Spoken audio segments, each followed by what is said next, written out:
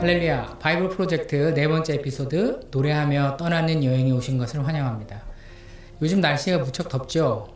덥고 더우니 모든 것이 덥습니다. 오늘은 시편 81편부터 85편까지 묵상을 할 텐데요. 이 더운 계절 또 말씀을 묵상하시면서 우리의 마음을 시원하게 해주시는 또 하나님의 은혜를 이 아침에 기대해 봅니다.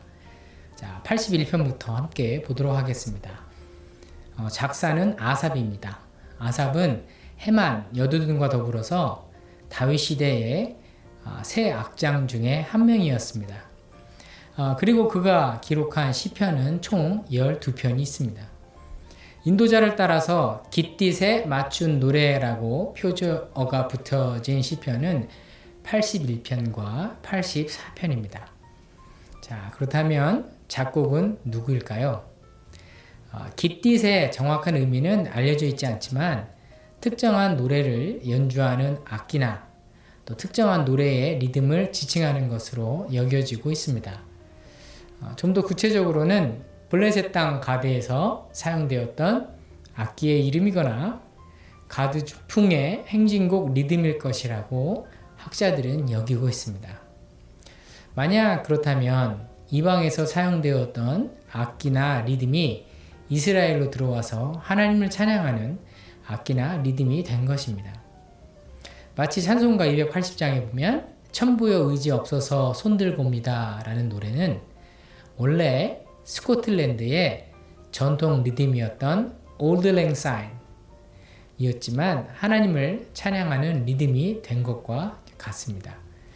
또 어떤 학자들은 깃딧에 맞춘 노래가 포도주 틀을 밟는 동안에 부르는 노래라고 또 여겨서 이 시편이 아마 포도를 따는 결실기에 불렀던 노래가 아니었을까라고 말하기도 합니다. 오늘 본문의 시편은 이스라엘 백성들이 절기에 낭송했던 감사시 및 또 예배의 시이자 또 지혜의 시라고 볼 수 있습니다. 하지만 구체적으로 어느 절기에 낭송되었는지는 명확하지는 않습니다. 하지만 깃딧에 맞춘 노래라고 포도주 틀을 밟는 동안에 부르는 노래라고 여겨지고 있기 때문에 많은 학자들은 이 시편이 장막절 또는 초막절 또 지금의 추수감사절에 낭송되었을 것이라고 생각하고 있습니다. 하지만 오늘 본문 5절과 6절, 7절, 8절, 9절, 10절은 이스라엘 자손들의 출애굽 사건과 관련이 있습니다. 그래서 아마 6월절에 낭송되었을 것이라고 생각하기도 합니다. 오늘 본문을 묵상하면 우리가 하나님께 간청해야 하는데 오히려 하나님께서 우리를 향해서 애가 타시는 마음이 깊이 느껴집니다. 마치 자녀가 해야 할 일을 하지 않으면서도 태평하게 지낼 때 그 속이 타는 것은 부모님인 것처럼 우리를 향하신 하나님의 그 마음이 왠지 모르게 또 짠하게 다가옵니다. 만약 우리가 하나님의 말씀을 듣지 않고 하나님의 말씀을 행하려고 하지 않는 이유는 무엇일까요? 그것은 하나님의 말씀보다 자기 자신의 지혜와 능력을 더 위에 두기 때문일 것입니다. 하나님의 말씀 아래 자신을 두지 않고 하나님의 말씀 위에 자신을 둔다면 광야를 통과할 때 이스라엘 자손들의 그 불순종이 바로 오늘을 살고 있는 우리의 삶 속에서도 동일하게 나타날 것입니다.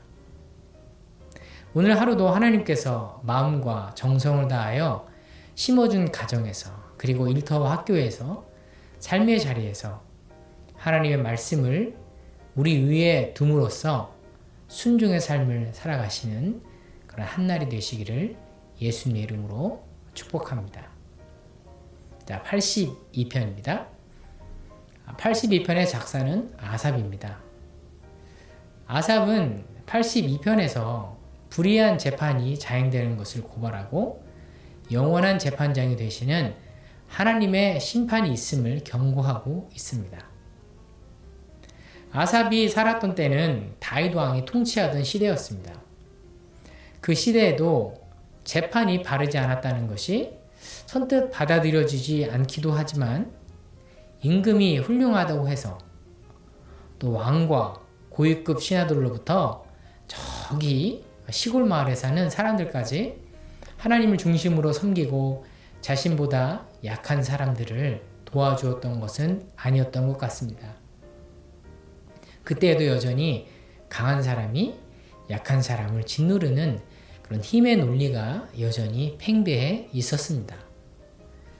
그런 때에 아삽은 이 시편을 통해서 그렇게 사는 것은 하나님께서 원하시는 삶이 아닙니다 라고 단호하게 말하면서 삶의 변화를 촉구하고 있는 것입니다. 세상 사람들은 자신의 이익과 자신의 욕망을 성취하기 위해서 도움이 필요한 사람들을 외면하지만 하나님께서는 오히려 가난한 사람들, 연약한 사람들, 또 놀림을 받는 사람들, 또 무시당하는 사람들을 바라보고 계십니다. 우리 중에 실제로 높은 자리에 앉아 계시거나 다른 사람들보다 큰 힘을 갖고 계시다면 우리가 늘 의식해야 할 것은 하나님께서 우리를 통해서 연약한 사람들을 돌아보기를 원하신다는 것과 또 우리를 그 자리에 앉혀주신 이유는 그 힘을 주신 모든 분이 바로 하나님을 잊지 않아야 된다는 것입니다. 어떤 분은 이런 말씀을 하실 수 있을 것 같아요. 나는 높은 자리에 있지도 않습니다. 힘이 될 만한 무엇을 갖고 있지도 않습니다. 라고 생각하시는 분이 계실지도 모르겠지만 누군가에게 영향을 미칠 수 있는 자리는 다 있는 것입니다. 아무리 작아도. 그것을 통해서 연약한 사람들을 섬기는 일을 맡기신 일임을 여러분 잊지 않고 살아가시기를 바랍니다. 하나님께서 우리를 각자의 삶의 자리에 심으신 것은 그곳을 사람들을 섬기는 현장으로 삼으시기 위함입니다. 오늘 하루도 우리의 영향력이 미치는 곳에서 온 세상의 주인이 되시는 하나님의 청지기로 살아 사람을 섬기고 또 세우는 그런 한날이 되시기를 예수님의 이름으로 부탁을 드립니다. 83편입니다. 작사는 아삽입니다. 시편 150편 중에서 가장 많이 시편을 기록한 사람은 다윗이죠. 총 73편을 썼습니다. 그 다음이 바로 아삽입니다. 아삽은 12편을 기록했습니다. 아삽이 기록한 시편은 50편과 73편에서 83편까지입니다. 그래서 오늘 본문이 아삽의 이름으로 된 마지막 시편인 것이죠. 오늘 본문 6절 8절에는 10개의 나라가 연합을 해서 이스라엘을 공격해왔다고 호소합니다. 그러나 다윗과 솔로몬의 시대는 이런 공격을 받았던 적이 없습니다. 그러니까 남유다의 네 번째 왕인 여호사밧 때에 모압과 암몬, 에돔이 연합해서 유다를 침공했던 때가 있었는데 학자들은 그때의 일이 이 시편의 배경인 것으로 추측을 하고 있습니다. 그렇다면 그때에 이 시편을 기록한 시인이 자기 조상 아삽의 이름을 붙인 것으로 그렇게 추정해 볼 수 있겠죠. 오늘 83편의 묵상 포인트는 다음과 같습니다. 83편의 상황처럼 만약 10개의 나라가 연합을 해서 우리를 공격해 온다면 그것을 막는 것은 거의 불가능할 것입니다. 그 10개의 나라에 미국이나 러시아, 중국 같은 그런 강대국이 포함이 되어 있다면 막는 것을 아마 포기해야 할 것입니다. 우리의 삶과 신앙은 우리가 의식하든 의식하지 못하든지 간에 영적인 전쟁입니다. 우리를 넘어뜨리기 위해서 다양한 방법으로 우리를 공격해 옵니다. 그때 우리가 어떻게 이길 수 있을까요? 83편을 다시 한번 깊이 묵상해 보시기 바랍니다. 84편입니다. 작사는 고라자손입니다. 표제어로 고라자손의 시라고 붙은 이 시편은 모두 11편이 있습니다. 성도 여러분, 고라자손을 기억하십니까? 민수기 16장에 고라라는 사람이 나옵니다. 그는 레위의 증손자였습니다. 그러니까 모세와는 사촌지간이었죠. 그리고 고라와 그 자녀들은 성막에서 봉사하는 일을 했습니다. 그런데 속으로는 제사장이 되고 싶었던 것 같습니다. 그래서 다단과 아비람, 온을 비롯해서 250명을 모아서 고라는 선동을 하죠. 우리가 제사장이 될 수 있다. 왜냐하면 고라의 생각에 자신과 동일한 족보의 선에 있는 모세와 아론만 지도자와 제사장의 역할을 하는 것이 불만이었기 때문입니다. 결국 고라와 그를 따르던 주동자였던 다단, 아비람, 오는 입을 벌린 땅에게 삼킴을 당하고 말고 또 250명의 그런 사람들도 하나님께로부터 나온 불에 의해서 다 타버리고 말았습니다. 고라 자손의 시라고 표지하고 붙은 시편을 읽거나 묵상할 때마다 느끼는 거는 그 시편들이 조상들이 지은 죄에 대한 회개의 시, 참회의 기도문 같이 느껴집니다. 그래서 고라 자손들의 시에는 하나님과 교제하면서 하나님을 섬기는 것이 얼마나 복된 것인지 잘 나타나 있고 하나님의 전을 사모하는 간절함도 잘 나타나 있는 것을 볼 수 있습니다. 특히 오늘 우리가 읽은 본문의 시편이 더욱 그러합니다. 오늘 본문은 시편 1편, 시편 23편처럼 따로 강의하지 않고 천천히 읽기만 해도 가슴 깊이 와닿고 저절로 머리가 끄덕여지는 시입니다. 지금 잠시 화면을 멈추시고 천천히 읽어보시기 바랍니다. 시편 85편입니다. 작사는 고라 자손입니다. 85편은 84편에 비해서 덜 알려져 있지만 이 시 역시 과거에는 노래로 불려졌던 시입니다. 오늘 시편 85편을 통해서 우리는 죄로 인한 고난을 당할 때 하나님의 인자하심을 바라보면서 기도하는 것이 얼마나 중요한지 알게 됩니다.